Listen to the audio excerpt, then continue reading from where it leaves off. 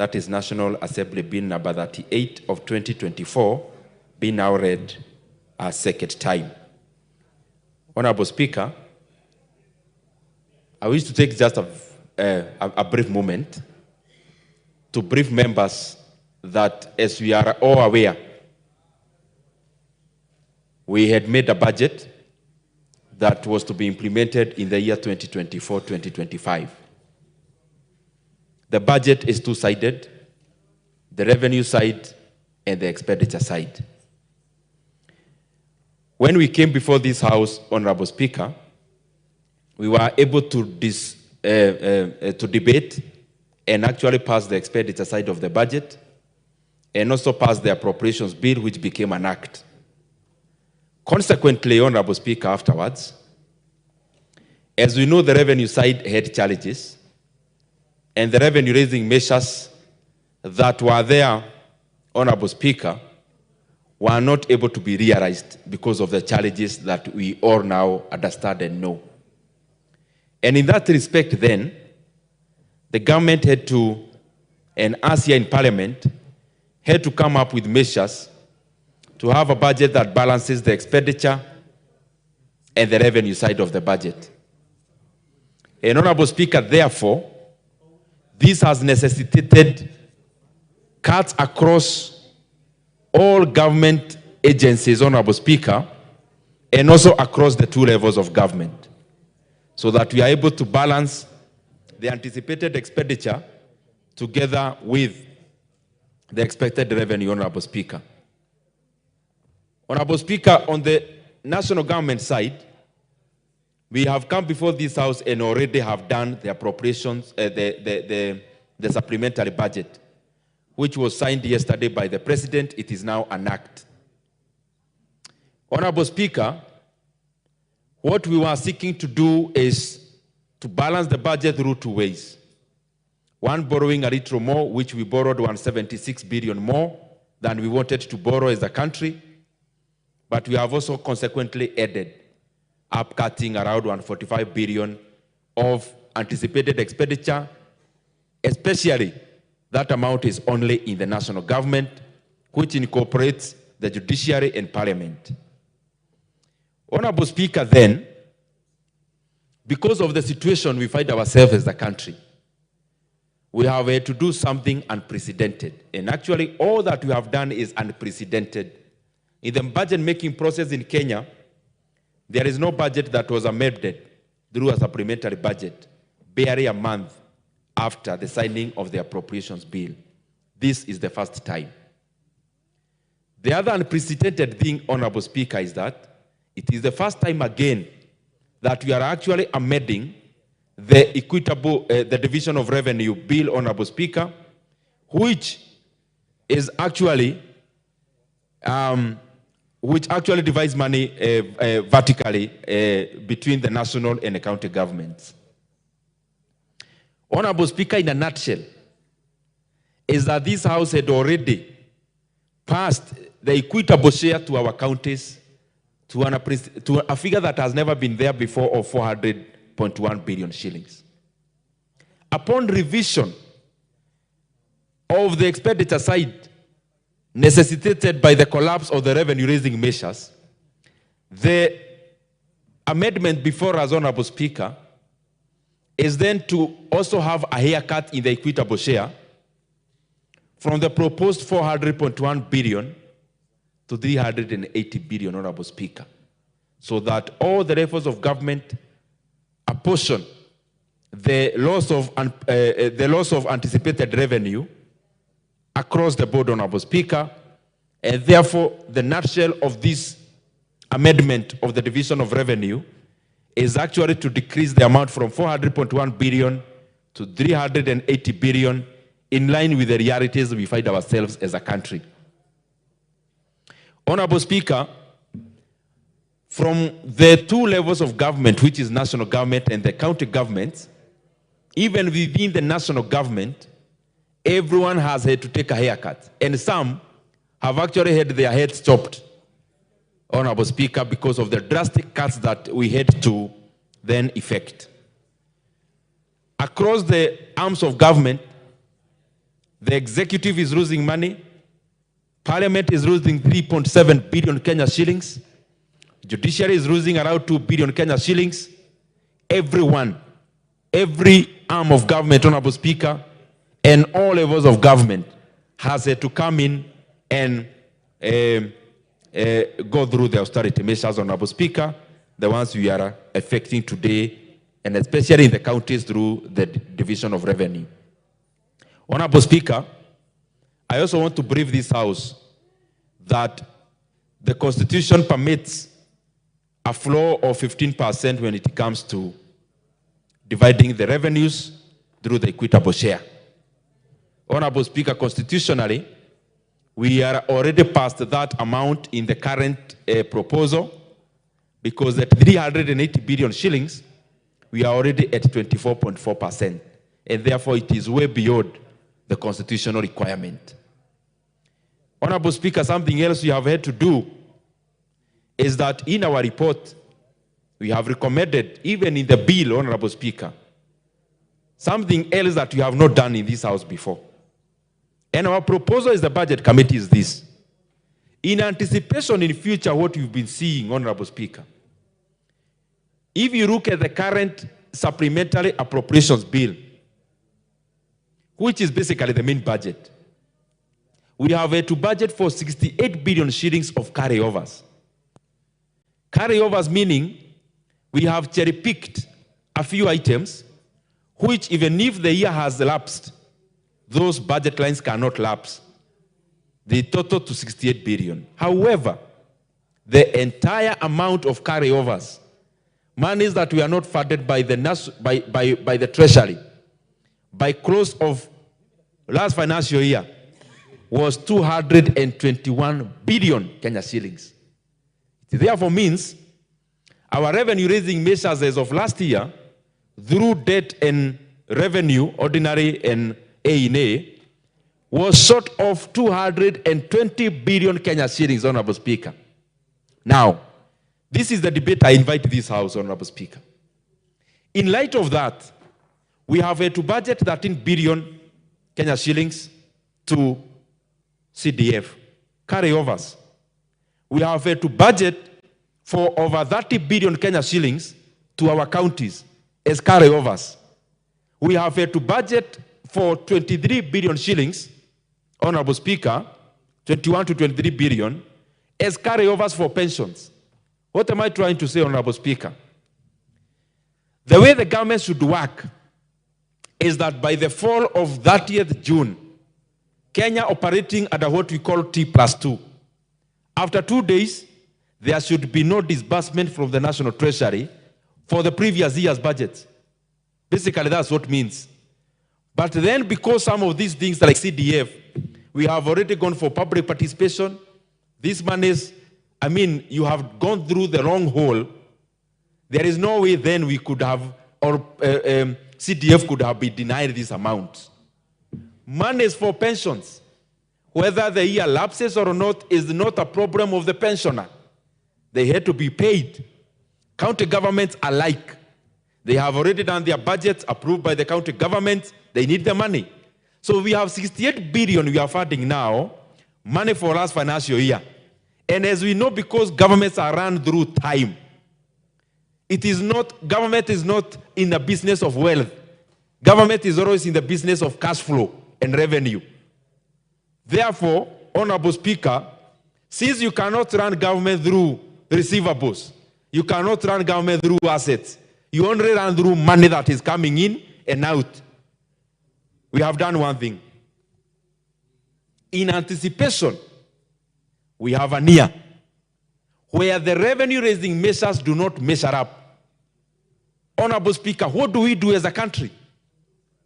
We anticipate to raise 2.6 trillion Kenya shillings in ordinary revenue this year.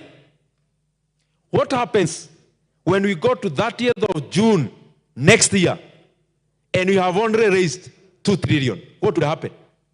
That's the debate I'm inviting this House. What would happen, just to repeat, if we anticipate to raise 2.6 trillion, what would happen by 30th June that KRA has only raised 2 trillion? What would happen?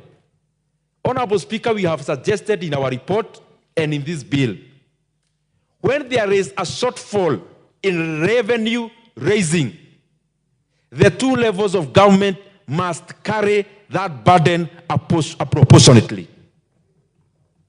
Because then what happens? Even county governments themselves, Honorable Speaker, they also usually project their revenue. But many times, they have a shortfall. Then, is it a new thing? No. In government of Kenya, ever since for the last many years, we have had shortfalls in revenue. In this year, I'm repeating, we have a shortfall of 200 billion. The national government is carrying this burden alone. And national government, I mean executive, judiciary, and parliament. Honorable Speaker, we just have to bite the bullet. And I'm anticipating a period where we have a drastic fall in anticipated revenue. Then we make the national government carry the burden. They may actually end up even not being able to pay salaries. Why? Our development expenditure is of this budget that we passed the other day is 640 billion. What if we had a shortfall of 640 billion as a country? Then it means we are obligated to fund all the other levels of government, but the national government will have a deficit in funding even PE, personal emoluments. That is what we must think of as a house. When there is a shortfall, the two levels of government, at the same percentage, they carry the same burden. But when there is a surplus, if there is a surplus, that could also be incorporated, that also they be considered. Though we have not had a surplus in many years, Honorable Speaker. So that is the main highlight in this proposal, Honorable Speaker. I know there are provisions of the Constitution. We have to sit down with our legal experts, but we decided this debate must start. Because if it doesn't start, Honorable Speaker, then we are living a lie as a country. With those many remarks, Honorable Speaker, I also want to buttress the point that we have also allocated over 40 billion Kenya shillings in conditional grants to our counties. We have done everything in support of devolution. As the budget committee, we have, beyond these resources, as I've said before, we have also appropriated 44 billion in conditional grants. Honorable Speaker, we have also appropriated 8 billion shillings, managed for equalization fund, which is majorly supported and managed by our governors. They are doing a fantastic job. This does not want to show that there is anything against anyone. It is basically where we are as a country.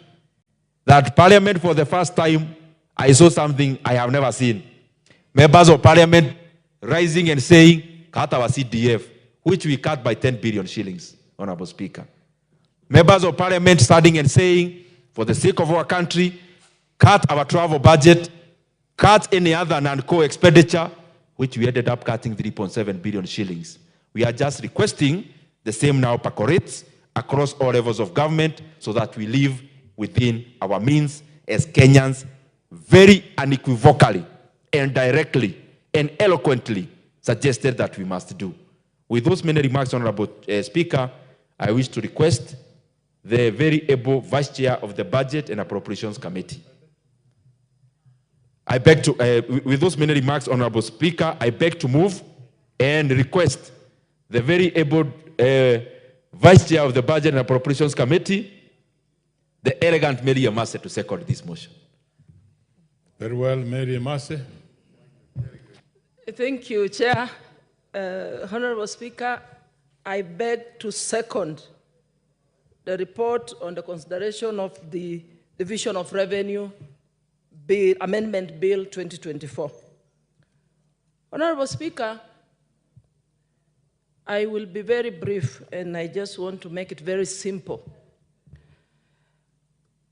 Honorable Speaker, we suffered a shortfall in revenue, in a projected revenue. And this was occasioned by the failure to enact the finance bill 2024-2025. As a result, this necessitated the rearrangement and rationalization of the estimates, and that we've already done through the supplementary estimates 1 of 2024-25. Honorable Speaker, the purpose of this bill, the purpose and object of this bill is to amend the Division of Revenue Act 2024 to provide for the equitable sharing of revenue between the national and county government, taking into account that shortfall, taking into account the downward revision of the projected revenues, which we just witnessed as a result of the collapse of the finance bill. We had initially projected a projected revenue of 2948 billion. But now that has been revised downwards to 2602.1 billion. That brings us to a downward revision by 346 billion, which the chair has explained that it has to be borne by both county and the national government. And that therefore means that the county government shareable revenue has come down by 20 billion. And the national government will come down by 325 billion. So basically what we are saying, the amendment in the bill, subclause 51A, actually is seeking to protect county governments, such that at any one time, if we have a shortfall, it is limiting the amount which the county governments, or that shall be borne by the county governments, not to exceed 15% of the shortfall. So, in other words, the amendment is seeking to protect the county governments and limit the amount to which they shall bear to not to exceed 15% of that shortfall. So, Honorable Speaker, this is a very straightforward bill, like I've said, and whenever we have a shortfall, Kenyans have told us we have to live within our means. Then we have to share whatever challenges that accrue from some of the actions or the choices that we make as a country, because we've been told choices have consequences. So, Honorable Speaker, as I conclude, I want to appeal to the county governments. They will be receiving 380 billion. I know it has come down from what we had initially projected. But I want to appeal to county governments to prioritize their needs, to look into the issue of the pending bills and make sure those contractors, those who are given tenders even by their predecessors, services who are rendered and offered, be given first priority and be paid their monies. Thank you, Honorable Speaker. I second. Very well. Honorable members, I propose the question that the Division of Revenue Amendment Bill, National Assembly Bill number 38 of 2024, be now read a second time. No, there's serious interest on this one.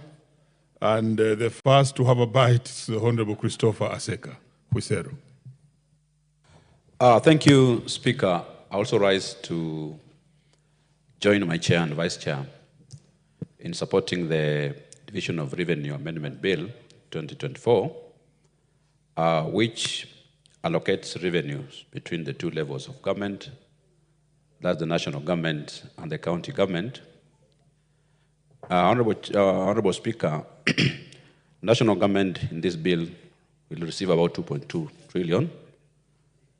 The county governments are going to be allocated 380 billion, and also 7.8 billion are going to equalization fund.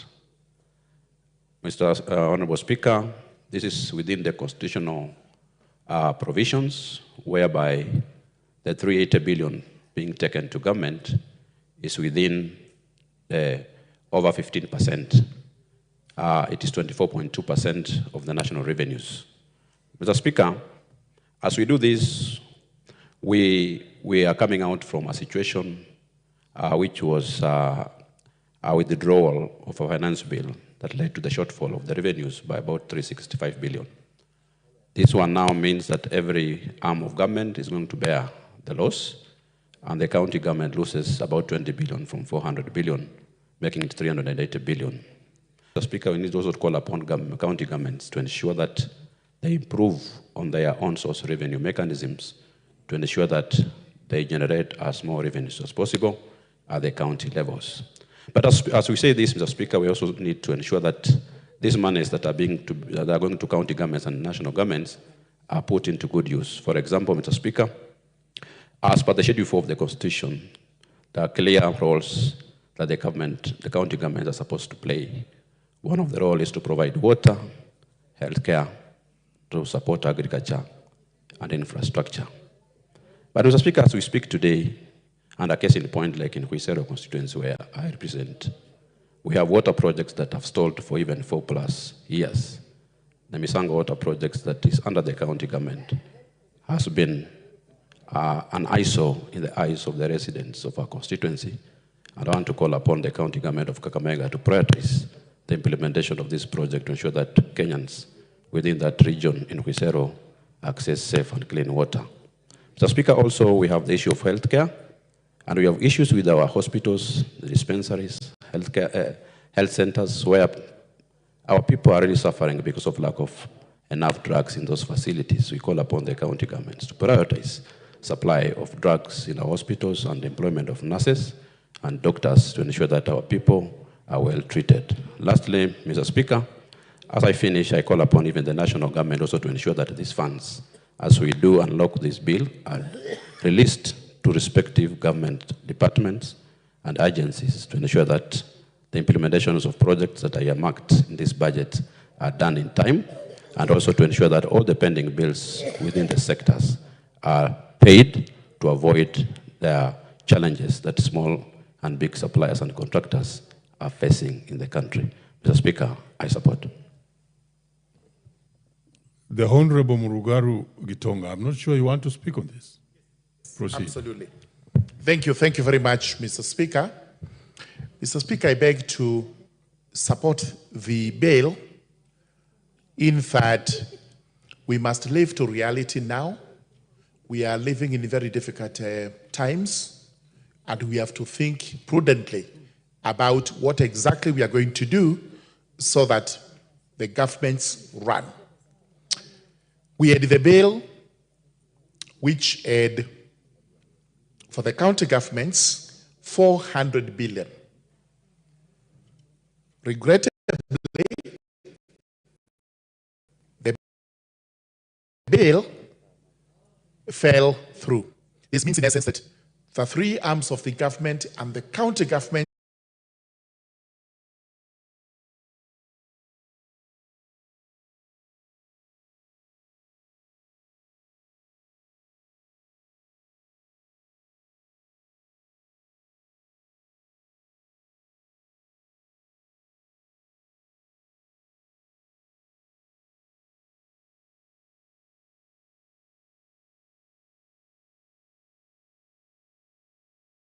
expenses. This 20 billion possibly would have gone into pay rises, which must now be frozen.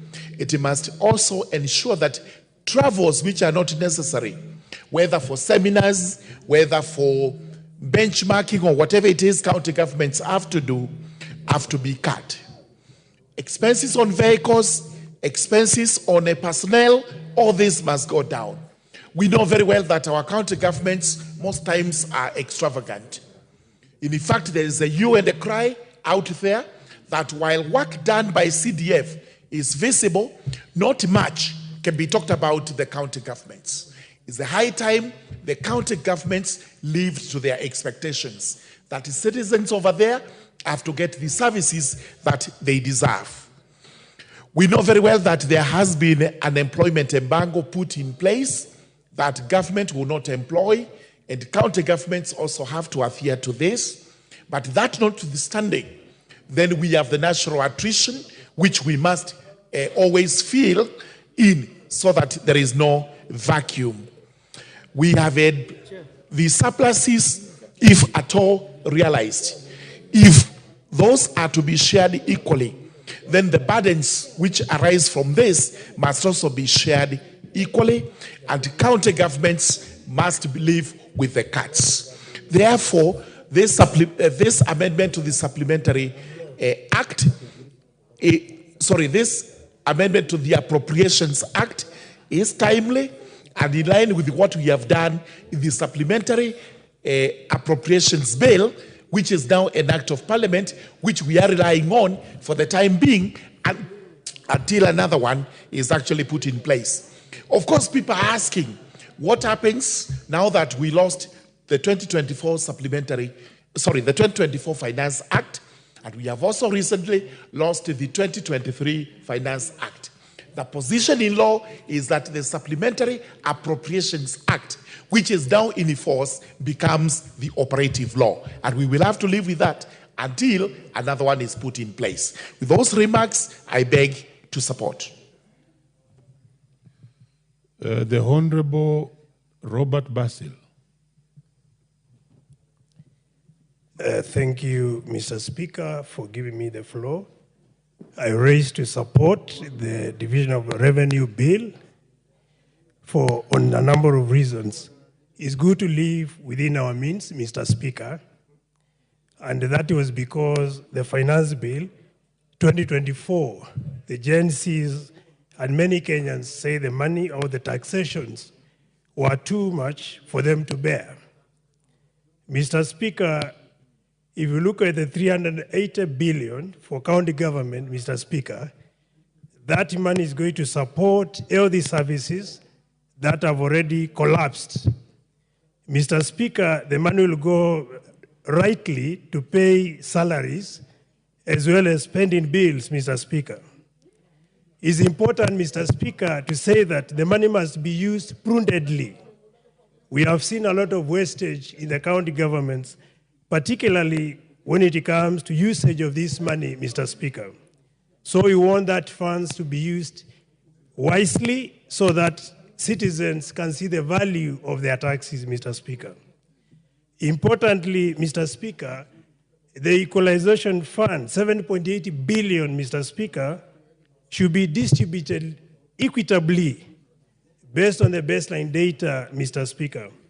Some areas have been marginalized since 1963, Mr. Speaker, and it is important that constituencies that are going to be selected to benefit from the equalization fund should be selected based on data that is available, depicting or exhibiting disparities that has existed over the years, Mr. Speaker. When I look at the 2.5 trillion for national government, Mr. Speaker, this is money that is going to go to support national government functions, Mr. Speaker. And I do say that it's important to promote accountability and transparency when these resources are going to be spent or implemented to support national government functions, Mr. Speaker. I think it's also important to underscore the importance of equitable distribution of resources and national government to respective constituencies, Mr. Speaker, so that at least across the country we can have uniform development, Mr. Speaker. Because if you look at our country, we have a very outstanding or resounding disparities of different areas across the country, simply because resources are not promptly utilized to support services or to support functions, both at national and the county level, Mr. Speaker. Therefore, Mr. Speaker, I do support the report or the bill, the Division of Revenue Bill, and request that the respective points are put across be respected when these resources are being utilized. Thank you, Mr. Speaker. I submit. Very well. The Honorable Julius Ruto. Thank you so much, Mr. Speaker, for accommodating me to contribute in support of the Division of Revenue Amendment Bill of 2024. Mr. Speaker, as colleagues, members of Parliament have said, And as we are aware of the unprecedented events that preceded the closure of last financial year, where the Finance Bill 2024 was rejected, all of us have found ourselves in this situation. It is a unique situation that has never ever happened before, and probably we are writing a new story in the Parliament of Kenya, where a situation like this has taken us to such discussion that probably it wasn't there before had been predicted that would happen. We are aware of the provisions of the Division of Revenue Act, Section 2, where there is a shortfall on revenue collection, the national government bears the loss. And when there is a success in exit of revenue collection, the national government does the same.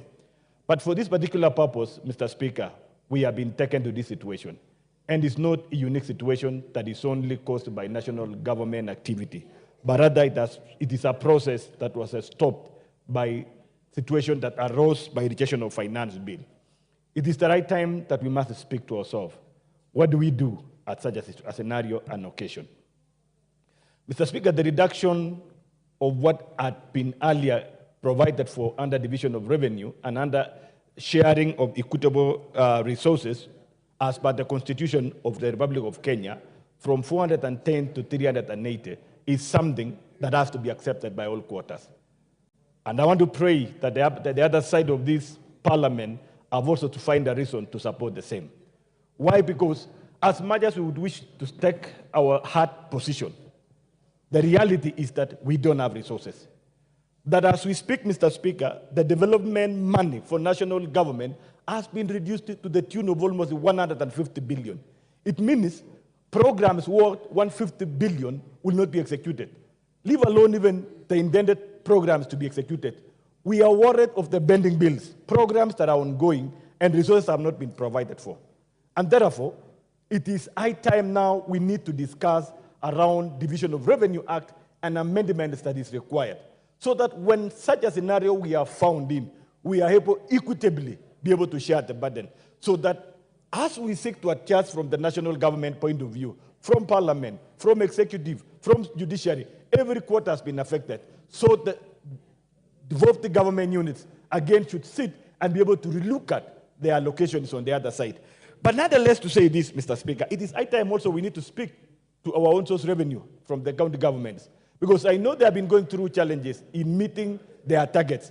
It is high time now that this particular scenario speaks to them, so that their intended development agenda and programs to spur and grow devolution now will be supported effectively by the resources that is endowed within them. Because most of the county governments have never ever managed to meet their targets. And if you look at the reasons behind it, is poor plans, poor policy in place, poor revenue collection measures, or even misuse of the same, enforcement of the same. Mr. Speaker, this particular scenario helps us now to speak to the Council of Governors, to speak to the devolved government units, so that they begin to relook at the laws governing the own source revenue. Because if they're able to maximize their collection, the same way now we are pushing ourselves to the last elastic limit, on the other side, if they're able to push further, they will reduce that direct dependency on the core functions that they have to discharge for the same to be able to meet the mandate of the devolved governments. Another issue, Mr. Speaker, that I want to put across is this, that even as we seek to put ourselves into a scenario of push and pull, it is high time also as Kenyans now we begin to look at the scenario and the situation we have been put in place. Probably other issues or other discussion need to come around. What are we going to do henceforth? Because, Mr. Speaker, you are aware, there is a case in court now, a ruling by the Court of Appeal invalidating the Finance Act of 2023.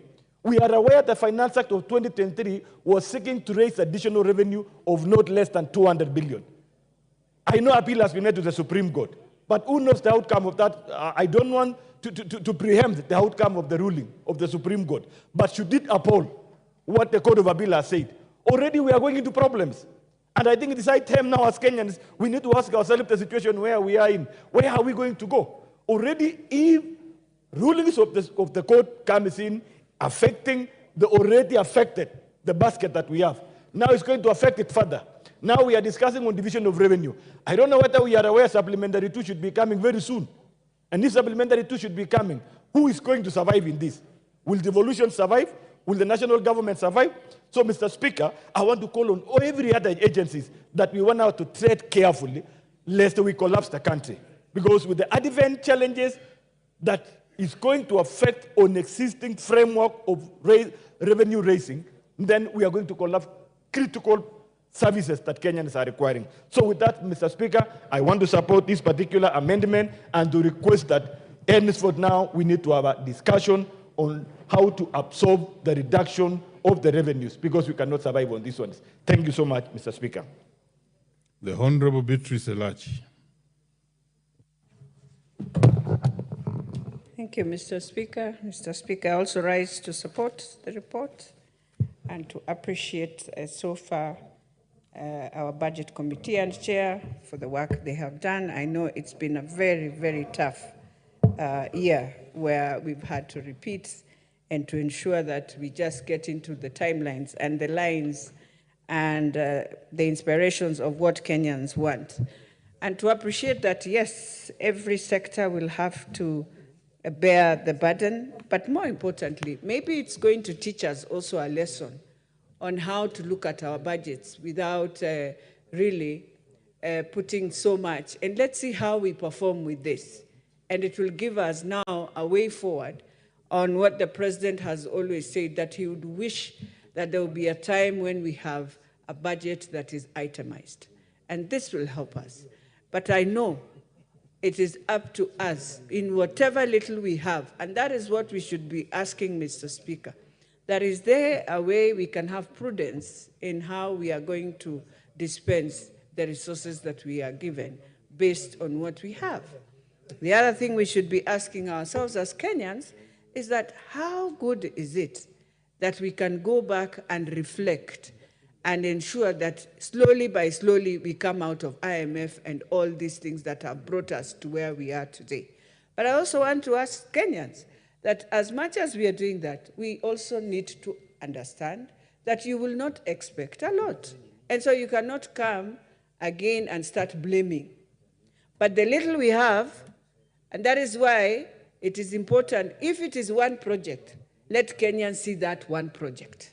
Let it come out, Mr. Speaker, as yes, we had this little, but we have one project, and the project is seen, the project is with quality, and can be quantified that it has spent public resources in prudence. The other thing, Mr. Speaker, as you look at the reports, we go now to the county governments.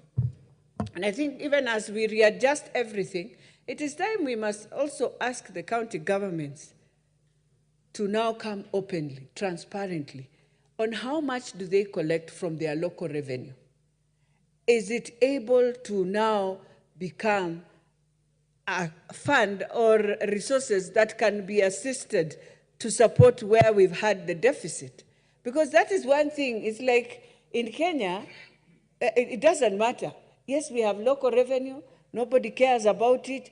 Nobody even says how much is it. And then in the end, you don't even, but we are here saying we have reduced 20 billion. You want to tell me in the local revenues of each county, Mr. Speaker, even if they collect 1 billion, these are 47 counties, you'll find across 47 billion shillings. It will even surpass. And so those who are able to collect even more, Nairobi can collect even more, Mr. Speaker. You will find even Nairobi, if well organized, we can have beyond of 40 billion shillings. Mr. Speaker, we can even become the first county that can even share their revenue in terms of giving loans to other counties. So it is the systems of how we collect revenue.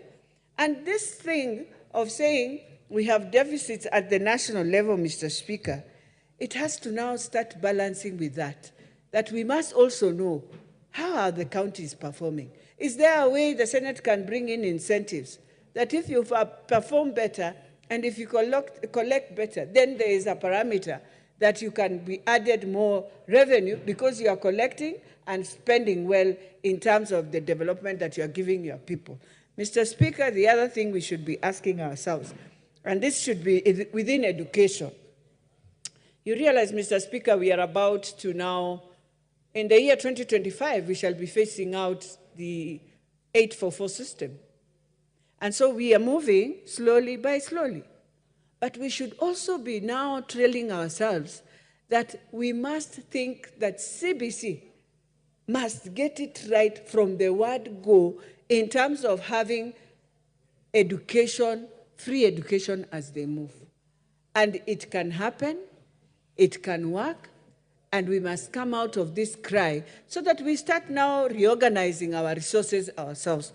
Mr. Speaker, the other thing we should be telling now our citizens, you remember the courts also now quashed the 2022-2023 finance bill.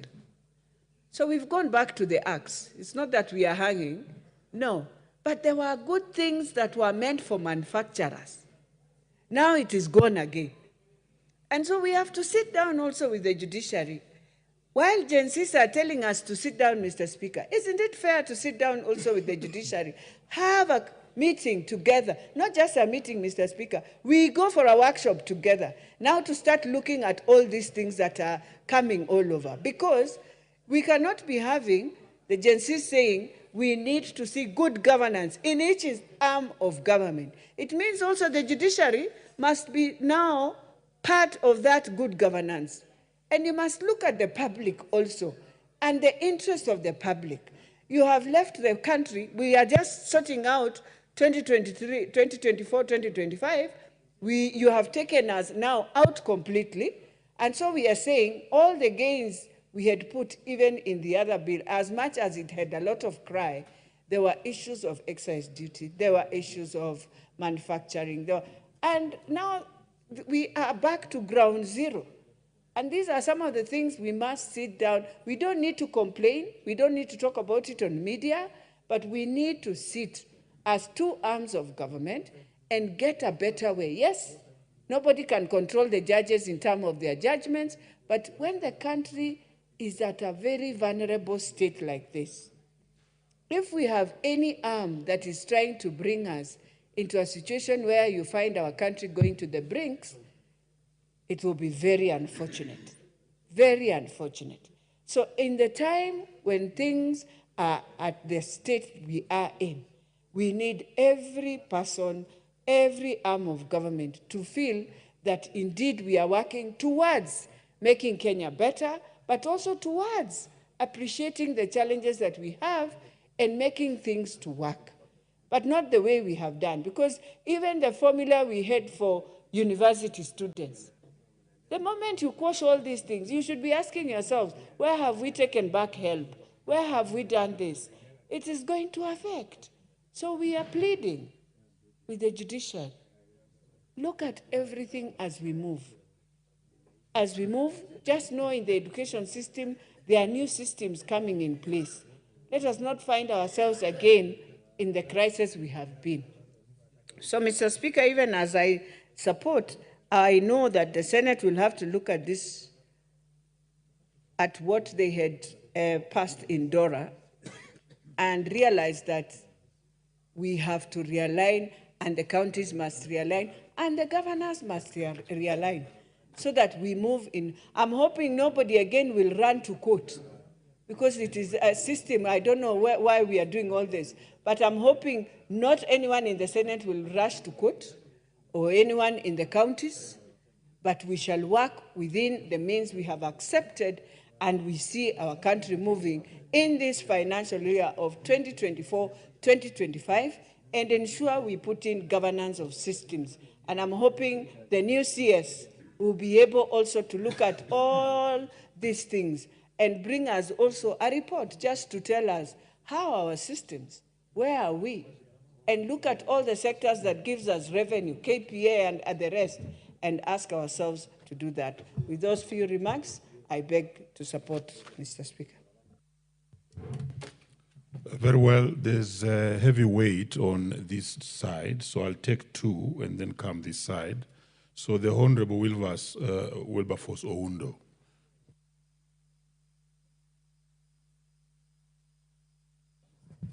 Thank you, Honorable Speaker. I stand to support the Division of Revenue Bill, Amendment Bill 2024, that has been stated by factors in which this House is a complicit in the author of our own misfortune. We ought not to have been here.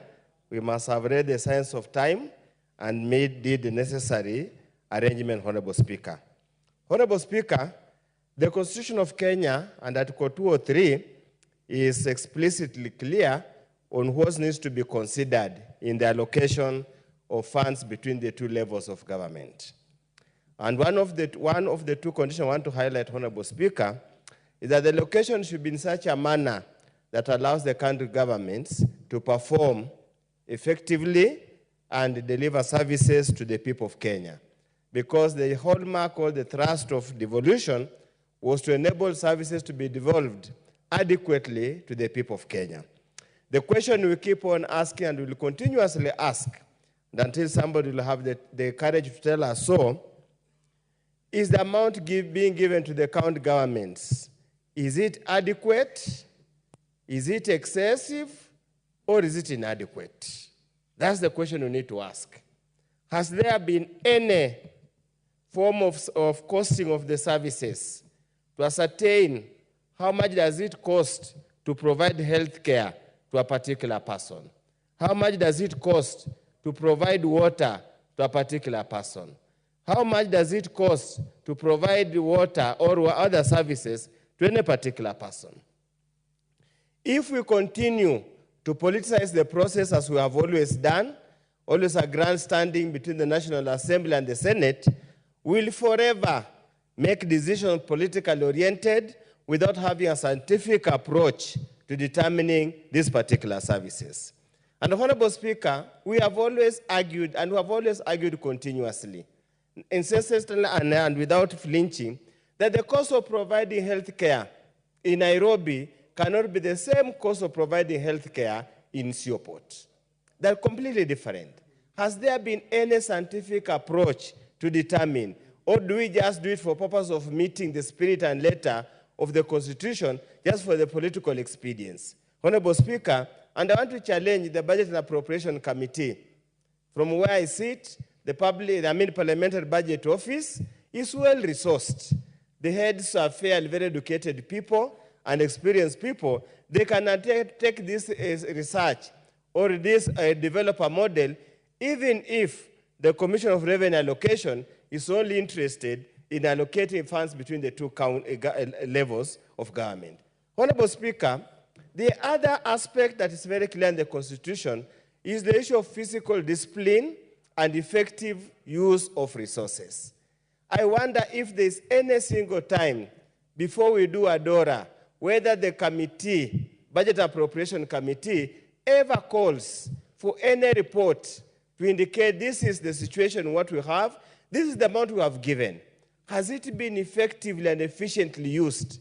Do we even, when we do the counter revenue allocation bill, do we ever punish any particular county that has been wasteful in the utilization of public funds, that has not allocated funds as required in the PFM Act between current expenditure and development expenditure, so that we punish those who fail to comply and reward those who comply, Honorable Speaker. Honorable Speaker, in the same vein, and Honorable Lachi has mentioned, the county governments were never supposed to be cost centers. What they are supposed to be as well as revenue generating centers. Where does the own source revenue go to, Honorable Speaker? For heaven's sake, why would Nairobi County require money from the Treasury? Why? The land in Nairobi alone, the land rates in Nairobi alone are enough to run the affairs of Nairobi without having to depend on the National Treasury. Are we able to ask those hard questions? Or are we so timid politically that we do not have the courage to ask these questions and get answers, Honorable Speaker?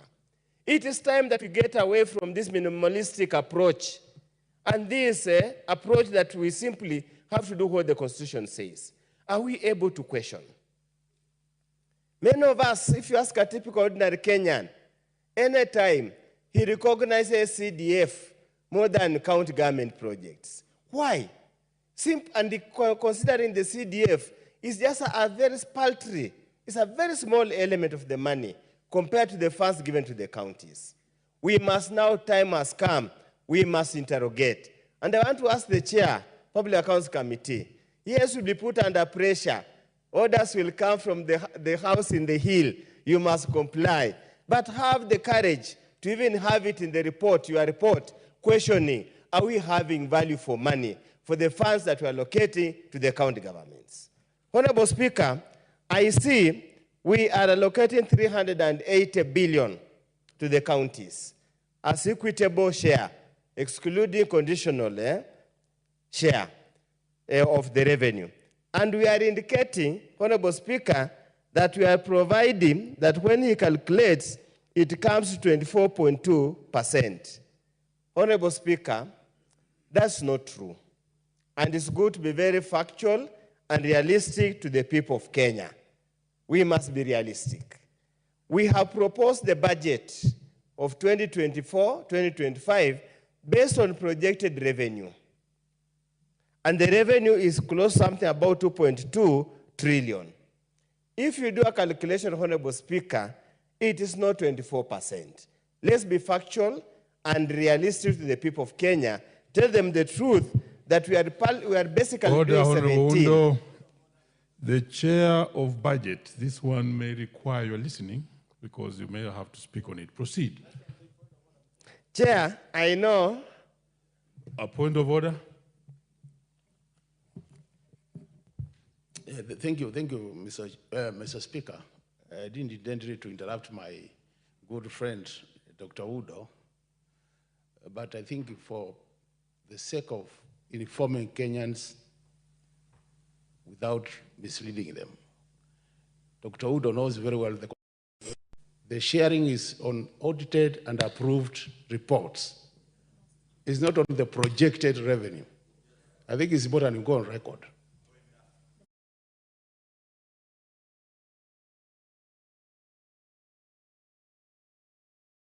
Honorable Speaker, and for record purposes, Dr. Makali Mulu knows, and all of us knows, that we already have audited accounts for 2022-2023 that have already been laid before this House. If the House takes inordinately long to review and approve, then you cannot really punish the counties. You cannot proceed to mislead the nation that we are giving them 24%, yet the truth of the matter is far much less than what is it's just closer, as the chair said, to the floor. We are not even anywhere above the floor. We are just, probably we have just put a carpet to increase the distance from the floor to where it is. So we need to be very clear, and this one we must be very clear. We must call upon the House, and this House is us, to move with the speed. Did I hear another point of order? Yes. No, I go to the chair budget. Honorable Chair, when we are in this House in such a day, there are Kenyans at home watching. And when they watch, they take what we say with a lot of weight, because they think, rightly so, that we should be informed as we talk in this House. The Constitution is very clear that when it comes to equitable share, the basis is the last audited financial statements. There is no provision about what time the House should take in approving them. It talks about approved, not the submitted. And therefore, it is proper that we direct our debate in regards to what matters. What matters is approved. What does not matter is the submitted. So that even as Kenyans watch us, they can be able to be informed based on the reality and based on facts. And when it is based on facts, the last audited is 21-22, Honorable Speaker. And in that regard, we are apportioning to counties 24.4%, and that is the reality. I think that matter can rest there. You may now proceed, Honorable Undo. So, Chair, let the matter rest there, but it's a point of debate, and I think the people of Kenya have heard me, and probably have to decide whom they want to believe or not. Honorable Speaker, as I conclude, Honorable Speaker, it is important as a country that we need to look at how we handle our things. Honorable Speaker, we appropriate each year. We appropriate funds each year. And as I stand here today, and this is based on unverified information, counties have not received close to 30 billion what was appropriated in the financial year 2023-2024. Again, misleading the nation that you have given them a certain percentage, yet the truth of the matter, you have not disbursed all the money. Honorable Speaker, for what purpose is it for us to use unrealistic estimates, revenue projections, or simply decide to frustrate devolution by failing to disburse funds on time? Honorable Speaker, for what benefit is it if you give development funds to the counties on 30th June? For what purpose? They can't absorb it, and the law is very clear of rollback. They can't absorb it. You create pending bills that are artificial or whatever it is. When the funds come, Honorable Speaker, on the last day, the guys in charge in the treasury, the counties, compete to loot the money. Compete to loot the money. Allocate whoever has not done anything. So at the end of the day, when the auditors go,